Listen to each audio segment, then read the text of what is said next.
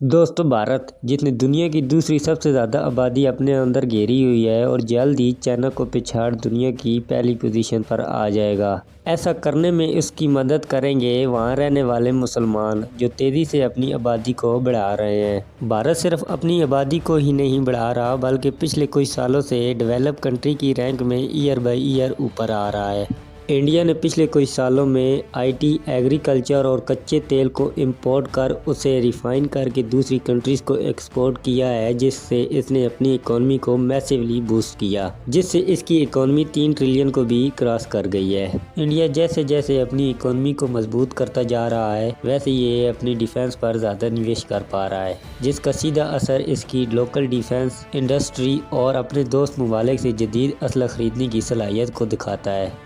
भारत उन चंद कंट्रीज़ में है जो फ्यूचर में एक बड़ी ताकत बन सकते हैं, लेकिन अभी के लिए भारत की फायर पावर क्या है इस वीडियो में हम जानेंगे। अगर हमारी ये बनाई गई वीडियो आपको पसंद आए तो लाइक शेयर के साथ चैनल को सब्सक्राइब करें ताकि आपको आने वाली वीडियो भी मिलती रहें। शुरुआत करते हैं कुछ बेसिक फैक्ट्स से। किसी भी कंट्री के लिए ये सबसे ज़्यादा इम्पोर्टेंट होता है कि उसकी कंट्री से बाहर कितनी मिलिट्री बेसेस हैं। अगर हम इंडिया से बाहर मिलिट्री बेसेस देखें तो वो हमें 8 कंट्रीज़ में देखने को मिलती हैं। इस पर मैं डिटेल से कुछ दिन बाद वीडियो बनाऊंगा। भारत का डिफेंस बजट $70 बिलियन है। भारत की आबादी 140 करोड़ के आसपास हो चुकी है। भारत रकबे के लिहाज से दुनिया का 7वां बड़ा मुल्क है।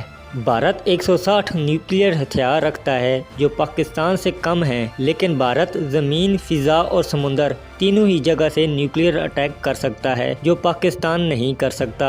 इसके बाद एक्टिव पर्सनल की तादाद 14 लाख, रिजर्व पर्सनल 12 लाख और 15 लाख पैरा मिलिट्री फोर्सेस भी भारत के पास हैं। अब बेसिक फैक्ट्स के बाद देखते हैं इंडिया की लैंड पावर।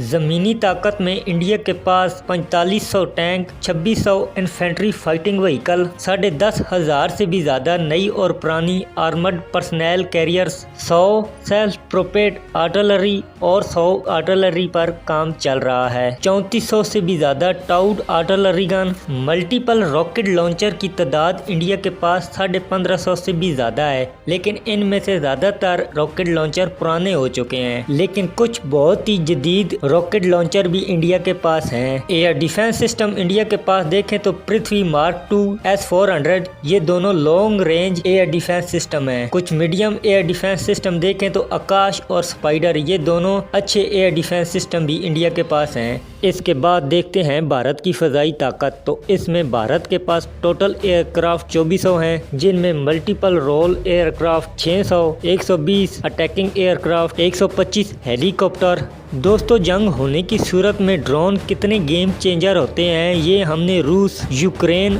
और अज़रबैजान, आर्मीनिया की जंग में पहले ही देख लिया है। इंडिया ड्रोन के मामले में बाकी दुनिया से थोड़ा सा पिछड़ा हुआ नजर आता है। इस वक्त इंडिया के पास कुछ इजरायली, अमेरिकन घर में तैयार करदा अनमैन्ड एरियल व्हीकल मौजूद हैं। ये थी इंडिया की फ़ज़ाई ताकत। इसके बाद देखते हैं समुद्री ताकत। समुद्री हथियारों में भारतीय नेवी इस्तेमाल करती है 2 aircraft carrier, 11 advance destroyer ship, 12 frigate, 19 क्रोवेट। समुंदर का सबसे खुफिया हथियार सबमरीन्स, इनकी तादाद भारत के पास 17 हैं, जिनमें 2 न्यूक्लियर अटैक भी कर सकती हैं। वैसे तो ये नेवी के हथियारों के नंबर किसी भी कंट्री के पास हो वो दुनिया की एक खतरनाक नेवी कहलाएगी, लेकिन भारत का बहुत सा हिस्सा समुंदर से लगता है। उसकी हिफाजत के लिए ये हथियार काफ़ी नहीं है। भारत को अपनी नेवी और बेहतर करनी होगी अगर वो दुनिया की नंबर 1 नेवी चीन का मुकाबला करना चाहता है। भारत इन हथियारों से चीन का मुकाबला नहीं कर सकता।